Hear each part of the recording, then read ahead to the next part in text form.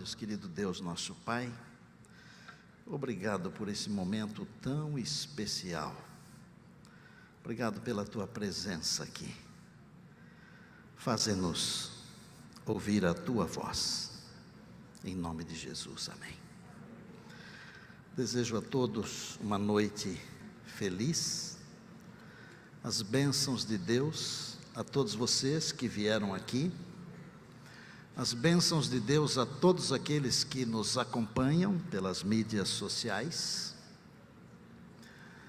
E eu disse a dois dos meus muitos amigos, pastor Valdeci e maestro Lineu, que pregar numa igreja dessas aqui, claro que é uma responsabilidade, mas a preparação é tão incrível, que quando a gente sobe aqui, o time já está vencendo por 3-0. Se fosse uma viagem de avião, já teria decolado, estaríamos em velocidade de cruzeiro, e é só manter o piloto automático. A parte mais simples é a minha, pregar. Bem-vindos todos. Esse é o lugar daqueles que são insubstituíveis. Ontem falamos que você é insubstituível. João 6:37. Todo aquele que o Pai me dá, e se virá a mim, e o que vem a mim, eu nunca lançarei fora. Amém? Hoje a nossa conversa é sobre a revelação de Deus, mais especificamente sobre a Bíblia. Mas antes, eu tenho um compromisso com vocês, de dizer o que aconteceu com o meu Brutus. Não posso decepcioná-los. O Pedrinho, que é filho do pastor, Pedro Henrique, ele falou assim para o pai, a hora que eu disse, amanhã eu continuo, ele falou, amanhã vai estar todo mundo aí, né, pai? Eu sei que você não veio aqui por causa do Brutus, você veio aqui por causa de Jesus. E tudo que nós fazemos aqui, não é para nós, é para o Senhor Jesus, para a glória e honra do nome dEle, amém, meu povo? Mas o Brutus era o tipo de cão que todo garoto de 10 anos quer ter. Ele era incrível, ágil, mas dócil, inteligente, veloz. Me lembro de uma vez ele ter atropelado uma cobra cascavel, que é uma serpente terrível. Mas ele era tão ágil que ele foi rodeando a cascavel, e quando ela menos esperava, ele meteu um abocanhado assim, no pescoço dela, um pouco para baixo da cabeça, e só deu tempo de dar uma sacudida assim, ela estava acabada. Mas ele atravessou a rua naquele domingo, foi vistoriar a construção da igreja, e vinha vindo uma caminhonete, e eu fiquei com medo de ele ser atropelado, e eu o chamei. Muito obediente, ele levantou a cabeça e correu na minha direção. O motorista do veículo não viu o Brutus, e ele também não viu a caminhonete, e ele acabou sendo atropelado. Eu o vi todo ensanguentado, assim no meio da rua, e o que é que um garoto de 10 anos, quando vê o seu cão ser atropelado e morto em sua frente, pode fazer? Comecei a chorar. Naquele momento, em que eu estava chorando, sem saber o que fazer, sem ação, e eu acho que você em algum momento da vida já ficou também sem ação, eu senti que alguém tocou na minha cabeça assim, e com uma voz muito parecida com a voz do meu pai, e eu achei que fosse o meu pai. A voz disse assim, não chora não, um dia você terá um outro cão igual ao Brutus. Enxuguei um pouco das lágrimas, olhei para ver meu pai, mas não era meu pai. Mas com a força daquela frase, que eu tenho certeza que foi a primeira vez que eu ouvi o meu anjo da guarda falar comigo. Eu fui até o meio da rua, Agarrei ele assim, todo ensanguentado, num esforço além do normal. Ele levantou os olhos assim, olhos tristes. Parece que ele estava dizendo assim: desculpa, não deu. E fechou os olhos, e o coração parou de bater. Aquela igreja que estava em construção, ela foi terminada. Com 12 anos eu fui batizado naquela igreja, aos 12 anos de idade. Aliás, fui o primeiro a ser batizado naquela antiga igreja central de Monte Azul Paulista. Hoje ela não é mais nossa, porque às vezes as necessidades, elas nos fazem fazer coisas que não gostaríamos de fazer, como vender a nossa história. Não venda a sua história, tá? Algumas coisas deveriam ser preservadas. No Brasil nós não temos o hábito de construir histórias. Nós mesmos destruímos a nossa história, mas eu não culpo aqueles que venderam a nossa antiga igreja, porque o dinheiro foi útil para construir uma outra nova, grande, bonita, linda. Aos 15 anos para 16 eu me mudei para a cidade de Americana. Não sei se vocês sabem, mas eu sou de uma família humilde e grande. Nós somos lá em casa 7 homens e 2 mulheres. A nossa irmã mais velha, que é a segunda da elite, ela havia se mudado para Americana e me levou para lá para eu poder estudar.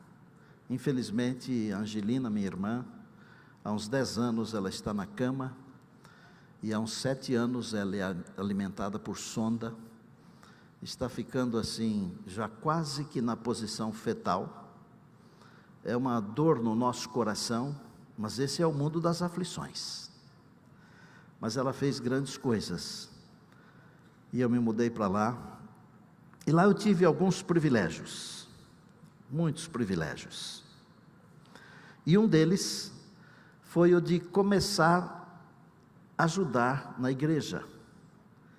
Eu fui líder de jovens, eu fui líder de desbravadores, eu fui líder de escola sabatina e até ancião. Mas uma coisa muito importante que aconteceu lá, foi que lá eu conheci uma menina, com quem eu tinha muita amizade. Ela era um bom pouco mais nova do que eu, mas a nossa amizade era muito forte. E um dia eu achei que ela poderia ser a minha namorada, mas ela era novinha demais, ia fazer 15 anos. Mas há 45 anos, não se esperava até os 30, até os 35 e etc e tal. As coisas eram um pouco mais cedo. E eu conversei com ela algumas vezes, mas ela sempre disse não. No dia que ela fez 15 anos de idade, eu fui buscá-la no IASP, não é, Anne? Você lembra disso, né? Ive. E quando ela desceu, com as amigas do quarto, eu parei o carro ali no estacionamento do dormitório feminino, e ia levá-la para casa, porque haveria uma festa de 15 anos. E quando ela desceu, desceram as meninas, junto, as meninas do quarto dela. E quando ela chegou perto de mim, e as meninas atrás dela, porque no internato, muitos de vocês sabem disso, existe uma coisa assim que é incrível. As amigas querem saber tudo, detalhes. Mas não é só no internato, na vida é assim, né? E quando ela chegou perto de mim, e todas as meninas junto com ela, ela disse o seguinte: amanhã tem mais. Senão você não vem amanhã, não é? Combinado? Você é insubstituível. Mas não é só você que é insubstituível. A revelação de Deus é insubstituível. Há outras coisas que são insubstituíveis. Amanhã eu pretendo ensinar você que o sábado é insubstituível. Mas isso é para amanhã. Como que estas coisas importantes, elas chegam até nós, pela revelação de Deus. Deus se revela na natureza? Se revela. Mas Deus não é a natureza. Não é panteísmo. A natureza, ela está deformada por causa de mim. E não aborreça, não fica aborrecido não, mas é por causa de você também. Por causa de nós. Nós estamos destruindo. E eu não estou aqui defendendo nada. Eu estou apenas constatando, nós estamos destruindo o planeta. E a natureza, mesmo deformada, ela ainda revela Deus. É uma revelação geral. Mas Deus tem uma revelação que é pessoal, que é o Senhor Jesus, que segundo o apóstolo Paulo em Gálatas, ele veio na plenitude do tempo. Jesus é a imagem do Deus invisível. Ele é a exata expressão do ser, do seu ser, do ser de Deus, Jesus. Mas eu quero falar sobre este aspecto da revelação, a Bíblia. Você deve ter uma Bíblia aí. Isso aqui eu vou mostrar para você um outro dia. Pode ser uma Bíblia grande, pode ser uma Bíblia no smartphone, pode ser uma Bíblia num tablet, no computador. Você que está em casa, ache aí na Bíblia. Vou ler 2 versos que são expressões de Jesus. Eu prometi ontem que todos os dias eu apresentaria uma frase de Jesus. Não é porque eu não dou valor às outras frases. Eu disse ontem aqui que toda a Bíblia é a palavra de Deus, toda ela é inspirada. Mas por que eu estou transmitindo as frases de Jesus? Pela força que essas frases têm. Eu vou citar para você João 5,39, que é um texto que eu cito sempre que termino lições da Bíblia. O áudio que muitos de vocês acompanham diariamente. João 5,39 diz assim, é simples, tão simples, que muitas pessoas repetem, examinais as Escrituras, palavras de Jesus, porque julgais ter nelas a vida eterna, e são elas mesmas que testificam de mim. Por que a Bíblia? Porque na Bíblia você encontra a vida eterna, e você encontra aquele que nos concede a vida eterna, que é Jesus. João 8,32, santifica-os. Deus quer nos santificar, e Ele diz assim, vocês têm que conhecer a verdade dá liberdade, e conhecereis a verdade, e a verdade vos libertará. Essa palavra tem poder.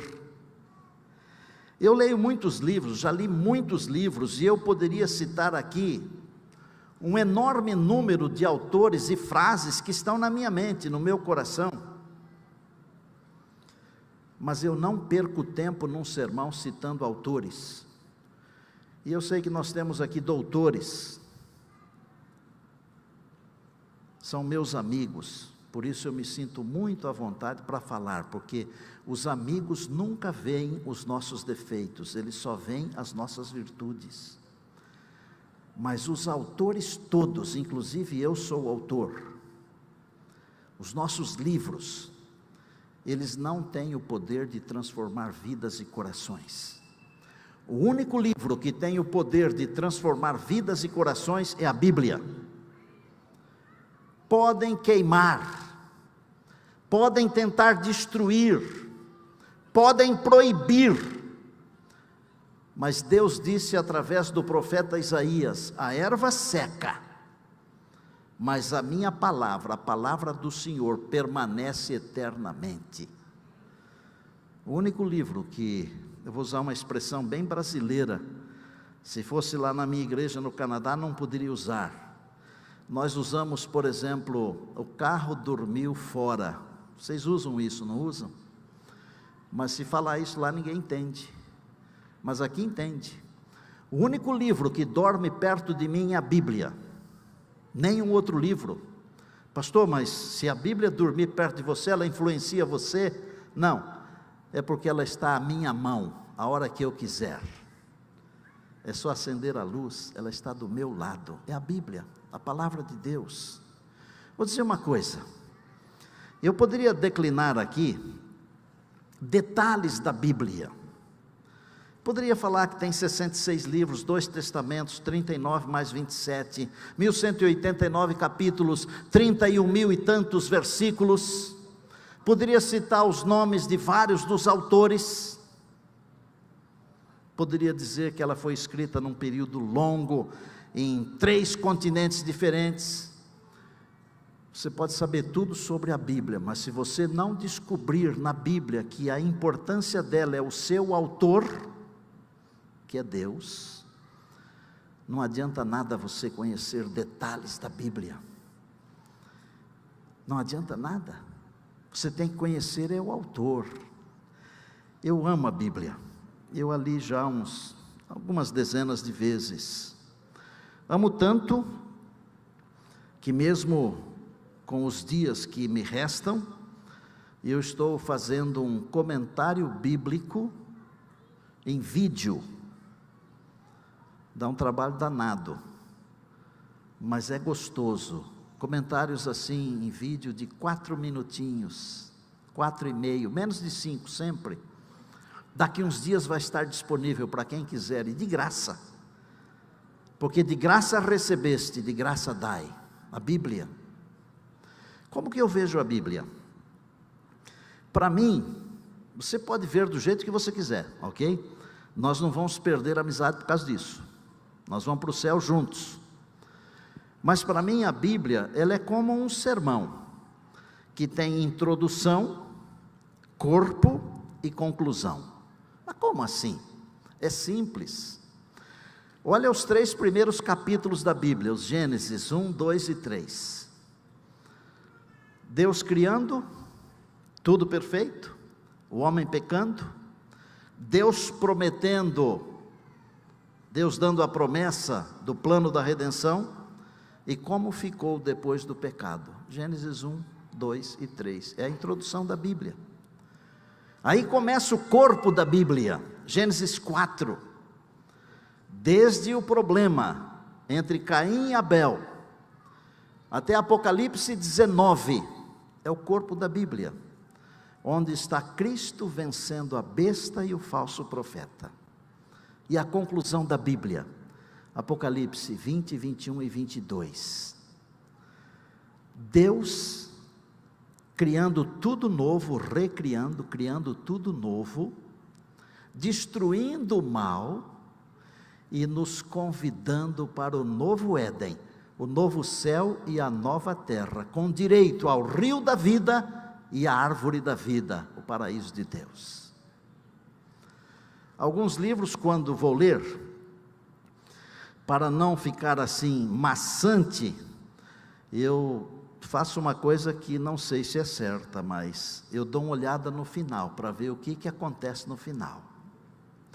Eu não tenho mais tempo para ler ou assistir coisas que não me edificam, e eu não sei se você ainda tem tempo para isso, para ler e assistir coisas que não edificam.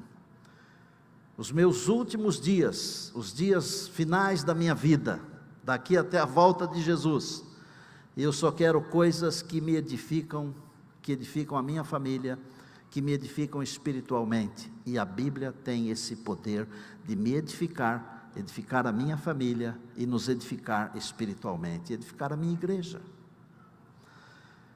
Eu não sou exemplo para você, tá? Porque o único exemplo perfeito é Jesus. Eu tenho defeitos também, como você também. Todos nós temos virtudes e defeitos, mas eu louvo a Deus por essa visão. Como vocês sabem, eu tenho 3 filhos, um filho e 2 filhas, e graças a Deus, meu filho está aqui hoje com a minha nora, 2 dos meus 6 netos. Os meus filhos servem a Jesus. É a visão de que nós temos que edificar a nossa família. Eu sou pastor há 40 anos, mas eu nunca olvidei a verdade de que a minha primeira igreja é a minha família. O pastor Henrique é testemunha disto, os pastores que trabalharam comigo são testemunhas disto. Eu sempre disse, nossa primeira igreja é nossa família. Sabe por quê? Não adianta você ganhar 1 milhão de pessoas para Jesus e perder os seus, porque quando você chegar lá, se chegar, e chegará pela graça e misericórdia de Deus, Deus não vai perguntar quantas pessoas você ganhou para Jesus, mas Ele vai perguntar onde está a sua família. E eu posso afirmar a você o seguinte: o poder está aqui, na palavra de Deus. Um verso da palavra de Deus tem muito mais poder do que qualquer livro já escrito nesse mundo aqui. E o que é que a igreja diz? Amém. Eu disse que não sou exemplo, ok? Continuo, não sou. Mas eu tive o privilégio, Deus me concedeu o privilégio de já ter pregado em mais de 50 países diferentes. Eu fiz evangelismo na Ásia, eu fiz evangelismo na África, eu fiz evangelismo na Europa, nas Américas, e podem acreditar, em todos estes lugares, sem exceção, eu vi o poder da palavra de Deus, o poder transformador da palavra de Deus. Claro que tem alguns que estão querendo dizer que tem que mudar, tem que ajustar, tem que mudar isso, aquilo. Sabe o que tem que mudar? É o meu coração que tem que mudar, não é a palavra de Deus. A palavra de Deus permanece para sempre, eu é que tenho que me adaptar. Claro que no mundo pós-moderno, nós queremos que a religião se adapte a nós, que a Bíblia se adapte a nós, que Deus se adapte a nós, mas não é assim. Nós é que temos que nos adaptar à vontade de Deus. Nós precisamos ser transformados. A lógica do mundo, como eu disse ontem, está de pernas para cima, não dá para seguir a lógica do mundo. Em todos os lugares onde eu preguei a palavra, Deus me honrou, transformando vidas e corações. Eu me lembro de ter feito um evangelismo no Japão, onde é difícil de as pessoas aceitarem Jesus e se tornarem cristãs diferentes. E eu fiz um batismo num rio que desce do Monte Fuji. Foi o rio mais gelado que eu já entrei. E eu comecei a entrar naquele rio na quarta-feira, entrei na quinta, entrei na sexta, e entrei no sábado para fazer o batismo. Não tinha aquela roupa de borracha para proteger. Um irmão lá me emprestou uma sandália para as pedras não machucarem o meu pé. E depois de 20 ou 21 dias de trabalho, nós batizamos 14 pessoas, no Japão. Só que quando eu fiz o apelo, tinha um casalzinho lá que me transportava de um lugar para o outro com um carrinho pequeno, de 600 cilindradas, e eu o apelidei de GPS, porque ele se perdeu umas 3 vezes durante esse período. E quando eu fiz o apelo, os 2 vieram à frente, foram os primeiros, entraram na água, ficaram pertinho de mim, e eles disseram: pastor, o senhor falou tanto conosco durante as viagens aí, nós queremos ser batizados. E eu pensei comigo, né? Num outro país, eu não sei como é que é, né? Se é no meu país, na minha igreja, alguém diz, olha, eu quero ser batizado, eu não faço muita pergunta não, sabe? Porque Jesus me mandou batizar. Aí, o secretário da União estava lá, pastor Schode, que depois até se tornou presidente da União, e eu olhei para ele, com o intérprete, eu perguntei o que ele achava, ele deu um sinal positivo, e eu batizei o casal, 16 pessoas então. Eu poderia contar para vocês dezenas de histórias do poder da palavra de Deus, mas não é por causa de mim, porque qualquer pessoa que ensina a palavra de Deus, pessoas são transformadas. Se você não acredita nisso, comece a ensinar a palavra de Deus para alguém, e você vai ver como uma pessoa será transformada, e você também, porque nós todos devemos ser missionários. Bom, eu vou repetir o que eu disse ontem, porque vários me pediram para repetir, que a Bíblia são fragmentos da mente de Deus, traduzidos em linguagem humana, para que possamos compreender o mínimo necessário do plano da redenção, aceitarmos Jesus como Salvador e Senhor, e termos a vida eterna. Isso é a palavra de Deus. E se você confiar em Deus, ainda que os homens mudem as coisas, a palavra de 100 homens não vale nada perto da palavra de Deus. Quando as coisas ficarem difíceis, você terá que ficar do lado de Deus. Agora, pensa aqui comigo. Como é que você vai ficar do lado de Deus se você não conhece a vontade de Deus? Para entender? Como é que você vai ficar do lado de Deus se você não estudou para saber qual é a vontade de Deus? Examinais as Escrituras, julgais ter nelas a vida eterna. São de mim, disse o Senhor Jesus. Qualquer livro pode falar de qualquer coisa, mas esse é o livro que Deus fala comigo e com você. Deus está falando com você. Eu não sei explicar isso, não me pergunte. Aliás, eu não sei explicar muita coisa, mas que Deus, se eu posso afirmar a você, Ele fala. Deus fala de muitas maneiras. Meu anjo falou comigo. Eu nunca vi meu anjo da guarda, nunca vi. Mas ele já falou comigo, acho que umas 8 ou 9 vezes, em momentos cruciais. Deus pode usar o que Ele quiser. Ele usou uma jumenta para falar com Balaão. Não tente entender, aceite. Tem uma coisa que até hoje eu não entendi muito bem. Deus poderia ter usado uma pombinha para levar comida para o Elias, não poderia? Mas Ele usou um corvo, uma ave que come carniça. Aí eu pensei o seguinte: se Deus pôde usar um corvo, se Deus pôde usar uma jumenta, Ele pode usar o que Ele quiser e quem Ele quiser.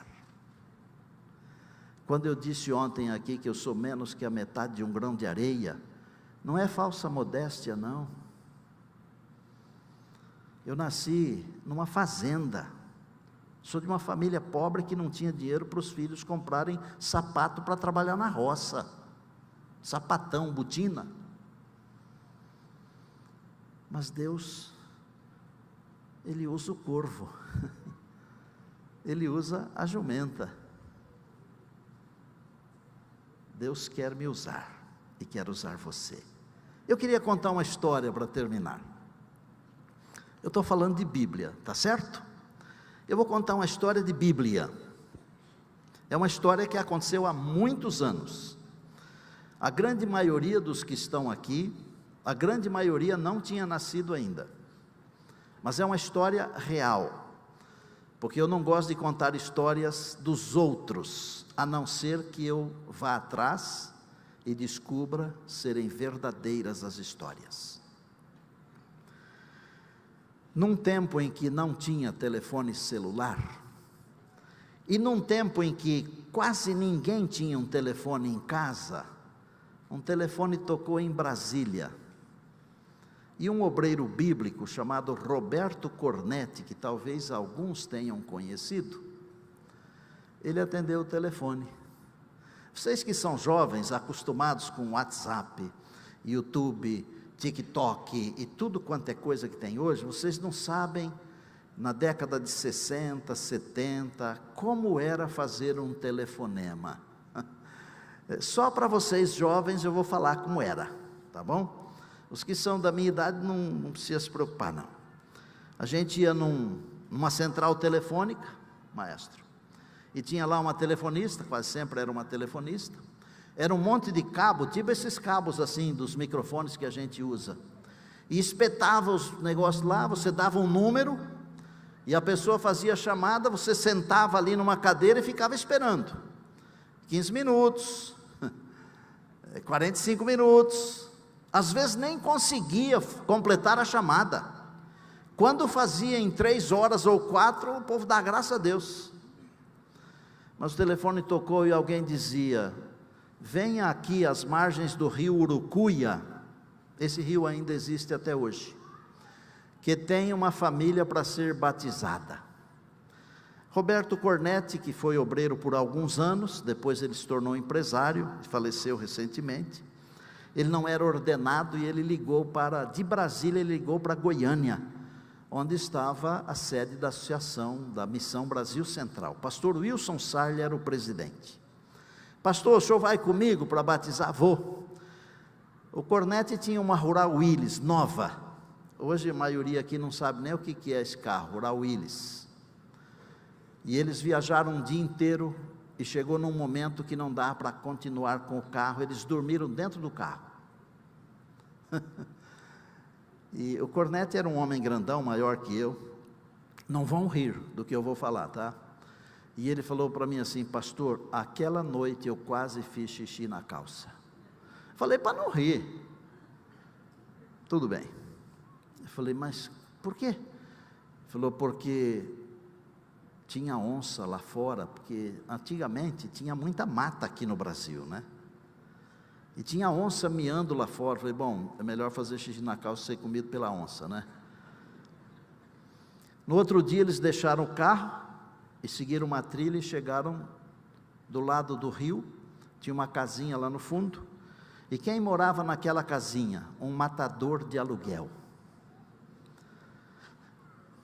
Tinha uma pinguela.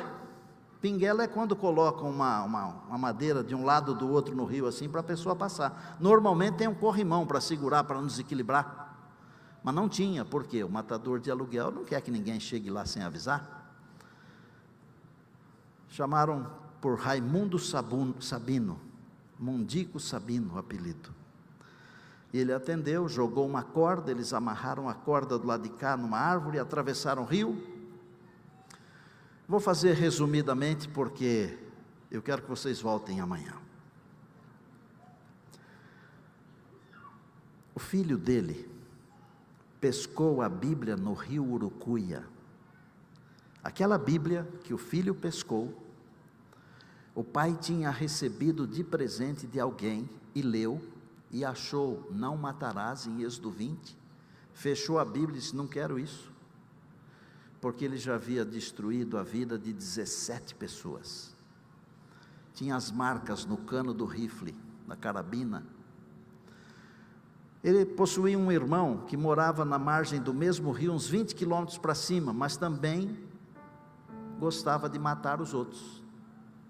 Começou a ler, não é para mim, jogou a Bíblia no rio. O filho do Raimundo Sabino, João, pescou a Bíblia um domingo à tarde, achando que fosse um peixe, puxou o gatilho do arpão, e quando puxou a cordinha de nylon, lá na ponta do arpão estava a Bíblia. O pai tremeu, mas se converteu, foi batizado. João, filho, o Raimundo e a esposa. E aí o Raimundo tomou uma decisão inusitada. Ele disse: eu quero salvar as pessoas das famílias que eu prejudiquei. Só Deus, né? E começou a ser um evangelista. 6 ou 7 meses depois, o mesmo telefone, o mesmo obreiro, o mesmo presidente, eles foram lá. Sabe quantas pessoas Raimundo Sabino preparou para o batismo? 105 pessoas.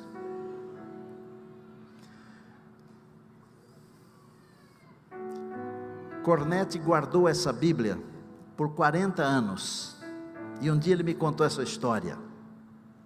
Eu peguei o telefone, não estava desconfiado dele, de jeito nenhum, mas eu liguei para o pastor Wilson. Pastor, ouvi uma história assim, assim, é real? Ele disse, é verdade. E mais gente me ajudou naquele batismo de 105. Um dia eu contei essa história, num acampau em Altamira, no Pará. E de repente, quando eu estava terminando a história, levanta um moço, claro, alto, já meio calvo, e veio falando umas coisas assim, mas eu estou com o microfone aqui, não consigo ouvir uma pessoa que fala baixinho ali. Mas quando ele chegou perto, ele falou assim, eu estava lá nesse batismo de 105. O meu pai, pastor Isaac, ajudou a batizar. Então vem aqui, fala aqui no microfone. Foi uma bênção. Eu tenho essa Bíblia comigo. Pastor Henrique, está aí? Mostra a Bíblia aqui para o povo de Deus. Como a Bíblia desceu 20 quilômetros rio abaixo sem ser destruída, eu não sei. Eu sei uma coisa: Deus vela por sua palavra. Tem até o lugar aqui, vê se você mostra para o povo onde que entrou o arpão aqui, ó filho.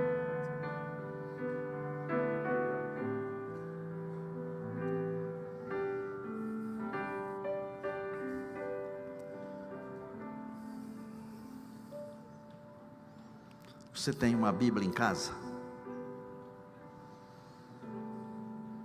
Ela está bem usada?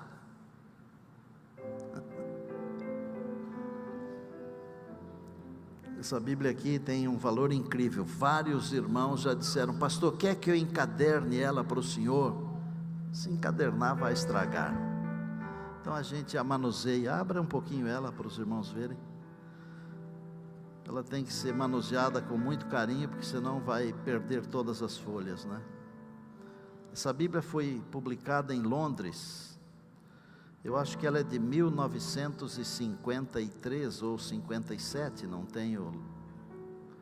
Nesse lugar aqui, foi onde ele descobriu e sublinhou, não matarás, ó. É incrível, né? Obrigado, filhão. A Lili vai cantar uma música agora.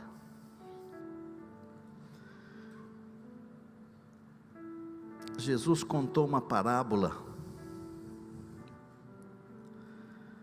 Ele contou uma parábola de ovelhas. Ele contou uma parábola de dracma.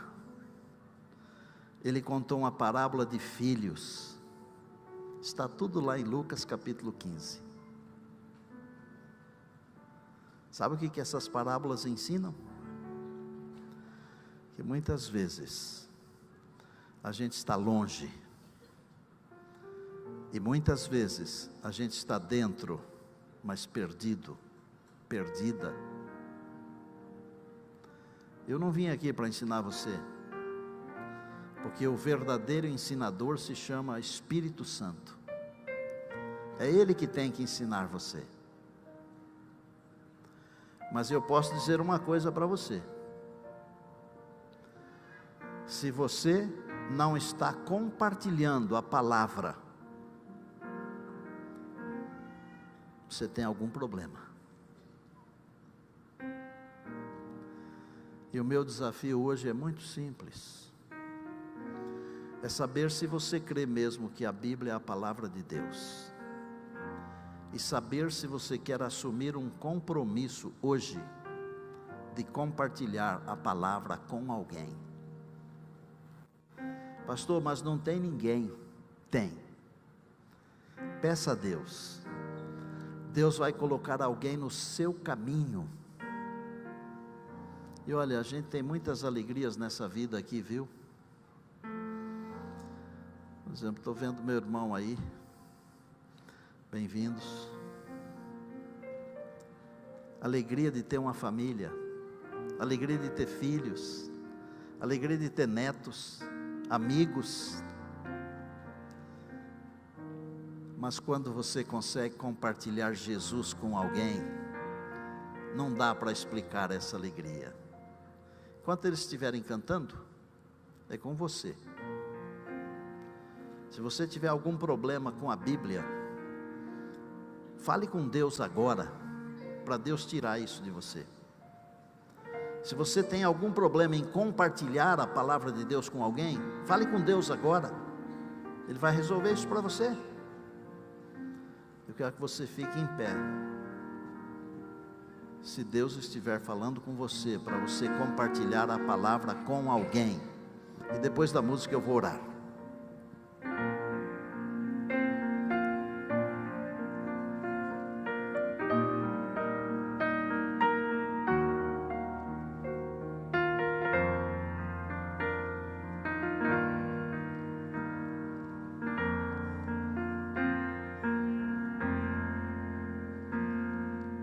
Já fui ovelha errante, do pastor eu me afastei, quis seguir os meus caminhos e do aprisco me ausentei. Foi um passo após o outro, sem notar eu me perdi, e já era noite escura, quis voltar, não consegui, e cercou-me o desespero, tive medo de morrer, pois o frio congelava, não podia me mover, porque fui assim tão longe, que tolice cometi. Se eu pudesse eu voltaria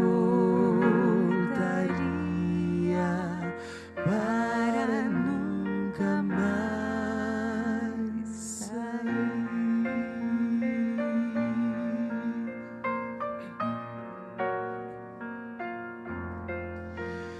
De repente ouvi ao longe uma voz tão familiar. Era o meu pastor clamando, quase rouco de gritar. Me avistou lá no penhasco e correu para me alcançar. Estendeu seu cajado, conseguiu me resgatar.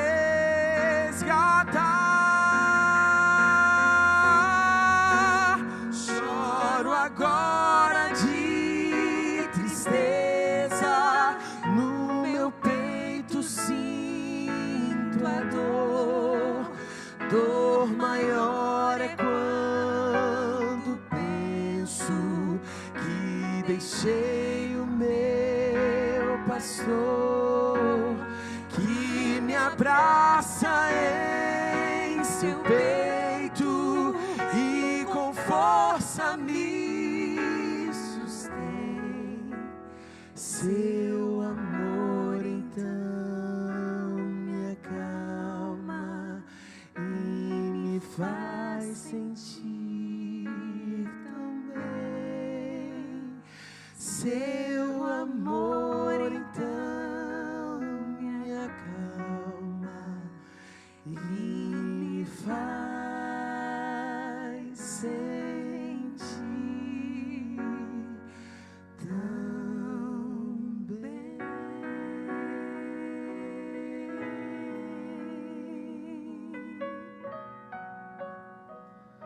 Obrigado, Lili. Obrigado, Douglas. Você é insubstituível. A Bíblia é insubstituível. Esse moço que veio à frente lá em Altamira, ele me disse o seguinte: o senhor gostaria de falar com o neto do Raimundo Sabino? O Raimundo já descansou, mas o neto dele eu sei onde mora e tem o telefone dele. Eu disse: a história vai ficar melhor ainda, né? E eu liguei para o neto do Raimundo Sabino. Sabe o que ele me disse? Ele falou: pastor, só aqui onde eu moro, da minha família, tem mais de 50 adventistas.